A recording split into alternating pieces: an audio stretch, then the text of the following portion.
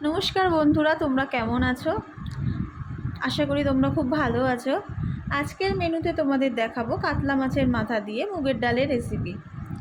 তো এই দুপুরের মেনুতে যদি গরম ভাতের সাথে থাকে এরকম মাছের মাথা দিয়ে ডাল, আর থাকে গরম গরম বেগুনি, আর যদি থাকে পাতিলেবুর রস, তো ব্যাস জমে যায়।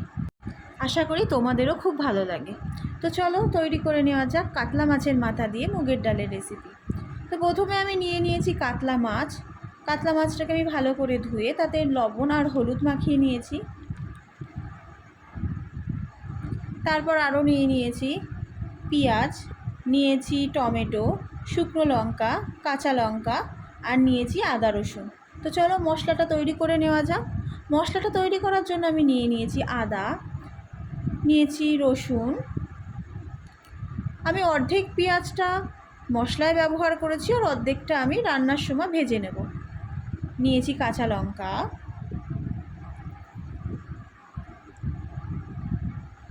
তারপর আমি পেঁয়াজটাও দিয়ে দিয়েছি।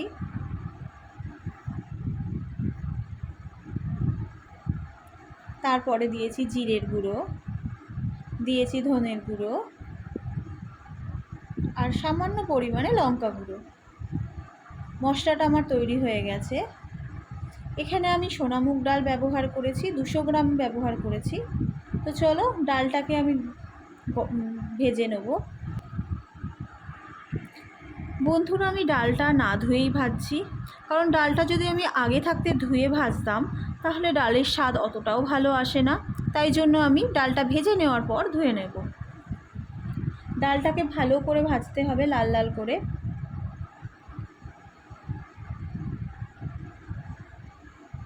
দেখো বন্ধুরা, ডালটা আমার ভাজা হয়ে গেছে।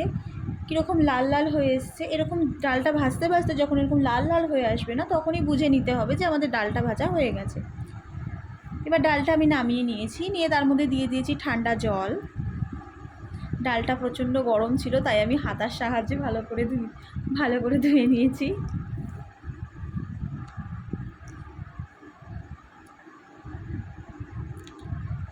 তারপর একটু গরম জল করে নিয়েছি, তার মধ্যে ডালটাকে দিয়ে এবার আমি ডালটা সিদ্ধ করে নেব।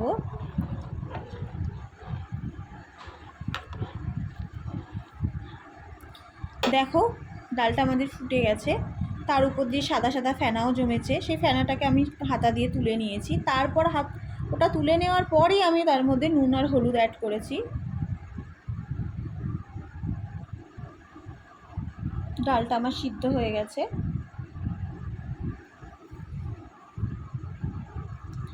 বন্ধুরা, এবার ডালটাকে হাতার সাহায্যে আমি ভালো করে ঘেটে নেব। আমি এখানে হাতা ব্যবহার করেছি, তোমরা ডাল ঘুটুনি দিয়েও ঘেটে নিতে পারো।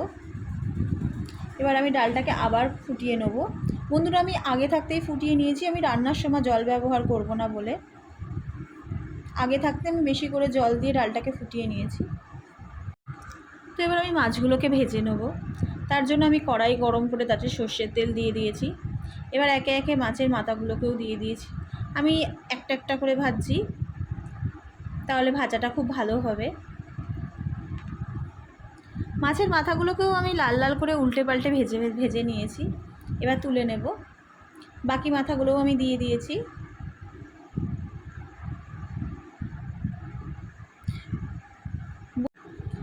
মাছের মাথাগুলো আমার সব ভেজে নেওয়া হয়ে গেছে। এবার আমি ফোড়নে দিয়ে দিয়েছি জিরে, দিয়েছি তেজপাতা আর শুকনো লঙ্কা। এবার আমি অ্যাড করে দিয়েছি পেঁয়াজ। পেঁয়াজগুলোকে আমি হালকা করে ভেজে নেব।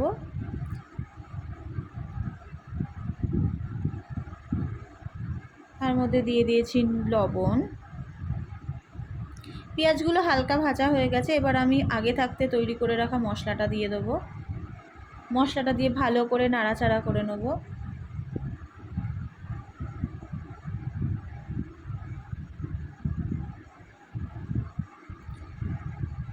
এবার আমি দিয়ে দিয়েছি টমেটো। এটা দিয়েও আমি একটু নাড়াচাড়া করে তাতে দিয়ে দেবো হলুদ গুঁড়ো,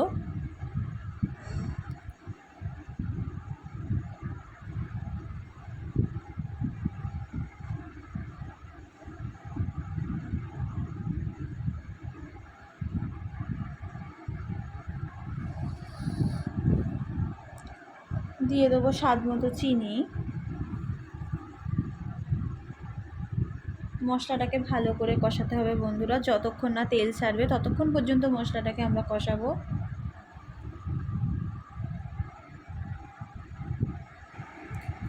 আমার মশলাটা কষানো হয়ে গেছে, দেখো বন্ধুরা কি সুন্দর তেলও ছেড়ে দিয়েছে।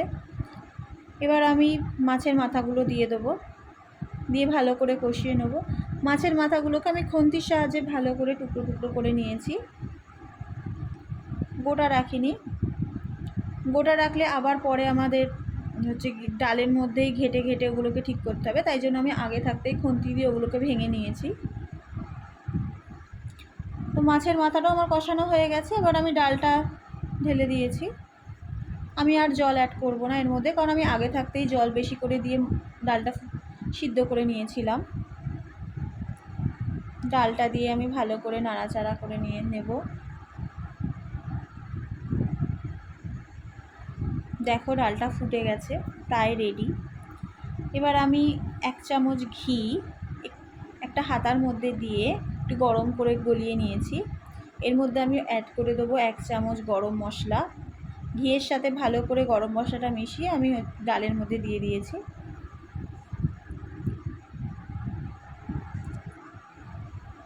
দিয়ে ভালো করে নাড়াচাড়া করে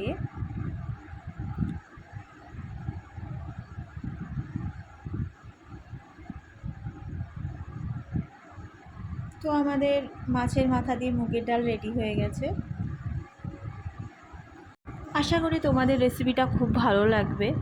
তো আমি আবারও তোমাদের বলবো আমার চ্যানেলটাকে সাবস্ক্রাইব করে দিও।